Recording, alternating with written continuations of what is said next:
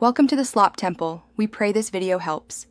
Combine 100 g wheat starch and 50 g tapioca starch in a heatproof bowl, then pour 240 ml boiling water while stirring to form a paste. This creates a translucent, pliable Hakaw wrapper. Knead briefly, add 1 tablespoon neutral oil, and let the dough rest covered for 20 minutes so it becomes elastic. Meanwhile, prepare 200 g raw shrimp, roughly chopped, and 50 g finely diced pork, fat to mix into the filling for juiciness and traditional texture.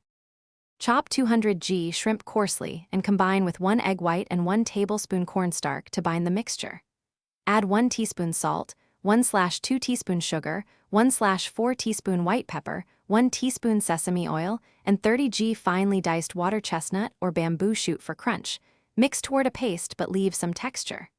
Divide rested dough into small balls, roll each into a 3/5-inch round. Place about 1 tablespoon filling in the center, and pleat the wrapper into an open-top puck shape to reveal the filling. Arrange Hakaw on parchment or lightly oiled steamer basket without overcrowding.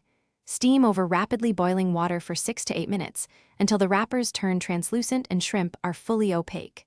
Serve hot with light soy sauce, chili oil, or a splash of sesame oil. Let each portion rest 1 minute off the heat before plating.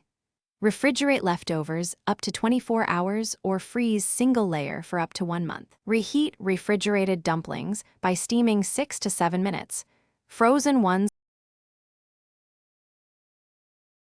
Thanks for watching. Consider subscribing if we helped you.